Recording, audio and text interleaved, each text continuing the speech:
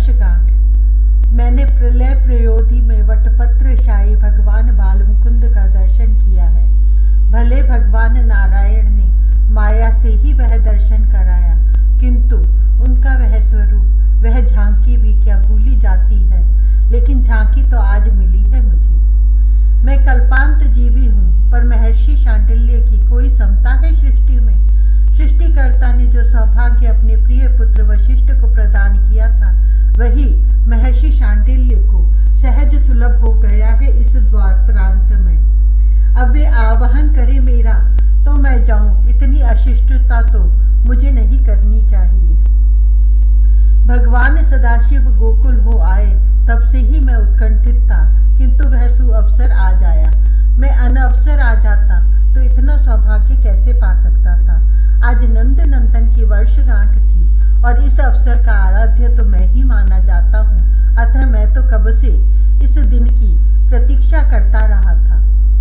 ब्रह्म मुहूर्त में संक्षिप्त नित्य कर्म समाप्त करके मैं हिमवान के अंक से पुष्पभद्रा के पावन तट पर अपने अमर्त्य आश्रम से गोकुल चल पड़ा गगन मार्ग से। वहां पहले पहुंचकर कुछ काल मुझे आकाश में ही अदृश्य रहना था, जिससे महर्षि शांडिल्य तथा ब्रजराज को कोई असुविधा मेरे अकस्मात पहुंचने के कारण न हो। भाद्रपद का कृष्ण पक्ष है। अष्टमी तिथि का चंद्र प्रातः दिशाओं को प्रकाशित कर रहा था और गगन अत्यंत निर्मल था। मैं गोकुल पहुंचा और देखता रह गया। मैंने स्वर्ग ही नहीं ब्रह्मलोक भी देखा है। और जब भगवान बाल मुकुंद ने मुझे अपने उदर में आकृष्ट कर लिया था, अनंत कोटि ब्रह्मांड देखे थे मैंने। यह तो मेरा देखा गोकुल ब्रजमंडल नहीं है।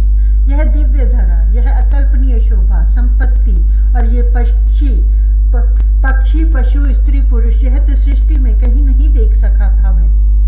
मैं परात्पर पुरुष की परम दिव्यपुरी में पहुंच गया हूँ। यह स्मरण करके मैंने वंदन में से ही यहाँ का तो अणु अणु वंदनीय है। और लीलामय की विडंबना यह कि मुझे पूजा स्वीकार करनी थी आज यहाँ के अधीश्वर की।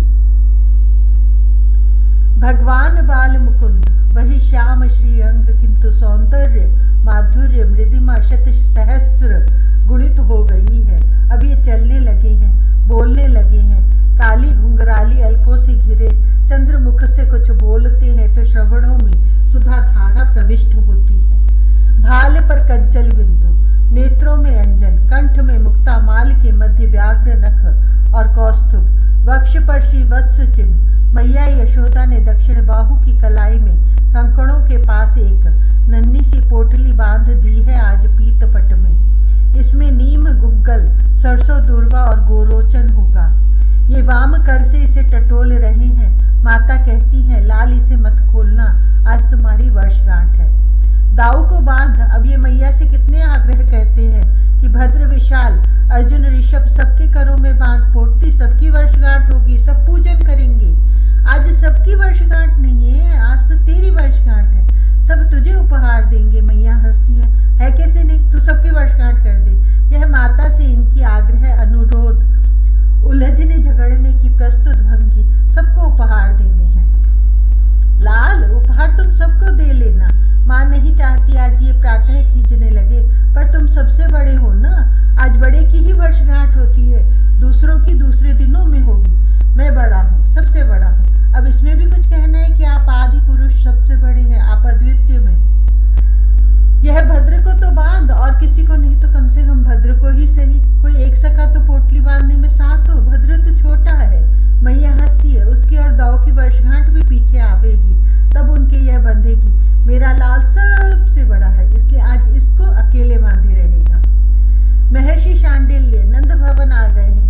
अब मुझे सावधान रहना था। गणपति, मातृकाएं, वरुण देव, नवग्रह और पितामह ब्रह्मा जी भी आज मुझसे सीख सकते थे, किंतु मैं तो आज का प्रधान पूज्य था। सब अलक्ष्य रहकर कितनी विवशता अनुभव कर रहे थे पूजा लेने में, यह मैं देख सकता था। यह विवशता भी कितनी मधुर आनंददायी है। अपने इंदिवर सुंदर तनय को अंक में लेकर नंद राय जी पूजन कर रहे हैं। महर्षि शांडिल्य मंत्र बोल रहे हैं। विप्र वर्ग के साथ ऐसा पूजन प्राप्त करने का स्वप्न भी कितना महान है। विशाल ताम्रपत्र पर दुग्धोज्वल कौशे ऊपर विराजमान भगवान नारायण का ध्यान मंत्र। शुक्लांबरधरम विष्णुम शशिवर्णम चतुर्भुजम।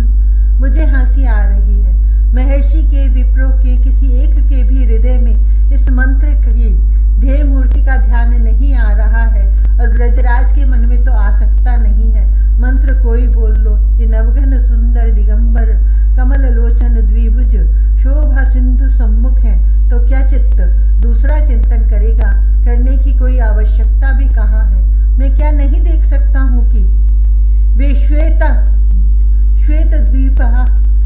द्वीपाधिपति शशिवर्ण निखिल सत्व गुणैक धाम सत्व अधिष्ठाता उस पात्र में उज्ज्वल कौशय पर प्रतिष्ठित मूर्ति में सुप्रसन्न विराजमान हो गए हैं। दधि दुग्ध अक्षत से श्वेत सुरभित पुष्पों से आराध्य का पूजन समाप्त हो गए। महर्षि ने नंदन के नक्षत्रेश ब्रह्मा जी, चंद्रदेव, सूर्य, षष्ठी देवी, अग्निदेव, सुरगुरु, कालाधिदेव, द्वापर संवत्सर, भाद्र मास, कृष्ण पक्ष, अष्टमी तिथि, रोहिणी नक्षत्र, वृष राशि, इन सबके अधिदेवताओं का पूजन कराया। जन्म देव, स्थान देव, पंच महाभूत, महामाया, परम पुरुष भगवान शिव, संभूति, प्रीति, सन्नति, क्षमा, विघ्नवती, भद्रा, इंद्रादि लोकपाल भगवान शेष तथा कुमार कार्तिकेय का भी सविधि पूजन संपन्न करा दिया। यह सब तो आज के प्रधान पूजन की बाह्य पूजा संपन्न हुई। अब अंतरंग पूजन में चिरजीवियों की पूजा होनी थी। भगवान परशुराम, पवनात्मा श्री हनुमान, दैत्येंद्र प्रहलाद एवं बलि तथा विभीषण की पूजा पूर्ण करके क्षेत्रपाल को उनका भाग समर्पित करा दिया गया। अब मैं अदृश्य रह जाता तो सबको समान प्रधान पूज्य होने से बहुत विशेष रूप से महर्षि शांडिल्य मेरा भी पूजन करा देते, किंतु मैं इसलिए तो गोकुल नहीं आया था। मैं गगन में ही प्रकट हो गया और धीरे से उतर आया ब्रजेंद्र के प्रांगण में। सबने संभ्रम सहित उठकर मुझे सम्मानित किया। महर्षि शांडिल्य स्वयं मुझे अर्घ्य देना चाहते थे। मैंने उन्हें वारित किया, आप अपना तथा विप्र वर्ग का पूजन समाप्त करा ले, मैं अपने आप अपनी बात देख लूंगा। सात्वत संहिता 5 रात्रों की प्रतिष्ठाता महर्षि शांडिल्य को विधि निर्देश करने में तो सृष्टिकर्ता भी समर्थ नहीं है, किंतु उनके ही विधान के अनुसार मैं आज का प्रधान अधिष्ठाता था। मेरी आज्ञा ही विधि थी। मैं अपने आप आचार्य बन गया। महर्षि शांडिल्य और सब विप्र वर्ग संकुचित चाहे जितने होले, मैंने ब्रजेंद्र के द्वारा सबकी सविधि पूजा कराई। मैंने उनकी ही पूजा करा ली। यह सौभाग्य तो नंदन के चरणों के समीप पहुंचते ही प्राप्त हो गया मुझे। श्री चरण आचार्य पूजन में भी पुरुष सूक्त को प्रयुक्त करते हैं। मैं विदा होने लगा था तो महर्षि शांडिल्य ने एकाकी समीप आकर बहुत संकोच पूर्वक मुझसे जिज्ञासा की थी। उन्हें संदेह हो गया था कि उनके द्वारा निर्दिष्ट विधियों में कहीं त्रुटि होगी। वे इतनी शालीन है कि मैं भी प्रमाद कर सकता हूँ, सोच ही नहीं सकते थे। श्रुति शास्त्र सम्मत विधि के आप ही विशेषज्ञ हैं, मैंने स्पष्ट कह दिया, किंतु परम पुरुष पुरुषोत्तम का आचार्यत्व जिन्हें प्राप्त हुआ वे सामान्य जीव तो नहीं हो सकते। इन नील सुंदर के पिता परिकर आचार्य इनसे भिन्न नहीं है। मैं क्या करूं जब मुझे अनेक रूप में इनका ही अर्चन कराना हो। महर्षि अधिक विनम्र हो गए। मैं सम्मुख इन भुवन मोहन नंदन को देख कर दूसरे को स्मरण ही नहीं कर पाता था। अतः पुरुष सूक्त तो मेरे मुख से स्वतः निश्रित हो रहा था। मुझे भी पूजन तो स्वीकार करना ही था। मैंने नंदन को अंक में ले लिया और महर्षि शांडिल्य को संकेत कर दिया कि अब वे मेरा पूजन करा सकते हैं। श्री कृष्ण को अंक में लेकर तो मैं सृष्टि में किसी की भी अर्चा संकोचहीन होकर स्वीकार कर सकता हूँ। जानता हूँ कि ब्रजराज के अर्घ्य पाद्य आदि से सविधि पूजा की होगी मेरी, किंतु ये पद्म पलाशाक्ष अंक में हो तो क्या शरीर का स्मरण रह जाता है। अंत में मैंने दुग्ध पात्र उठाया और अपने आराध्य के मुख की ओर ले जाने लगा। आप तनिक पी लो तो मैं आपकी पद्म गंधा का यह पेय आज आकंठ तृप्त होकर पीऊंगा।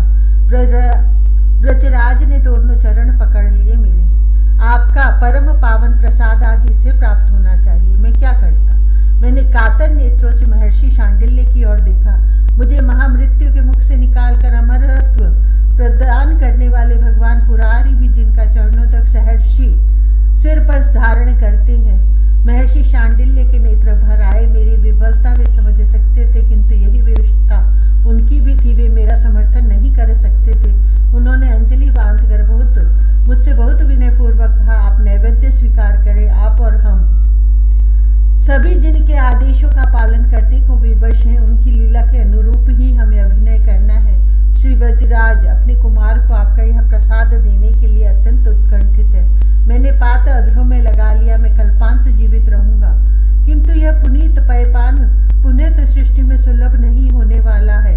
मैं पीता रहा और श्री नंद राय उल्लसित होकर पात्र पूर्ण करते रहे। वे आह्लाद में मग्न थे कि मैंने भरपेट उनके यहाँ दूध पिया। अब इस अमृत के स्वाद को कैसे समझाऊं, कहाँ समता है इसकी। दुग्ध पीकर मैंने आचमन किया, उठ खड़ा हुआ। विदा होने को तो मुझे पुष्पांजलि अर्पित की। ब्रजराज ने मेरे लिए देखना संभव नहीं था कि पुरुषोत्तम श्री कृष्ण को मेरा उच्छिष्ट दूध दिया जाए, और वह तो स्वयं अनंत प्रभु दाऊ को तथा सभी बालकों को दिया जाना था। मर्यादा महान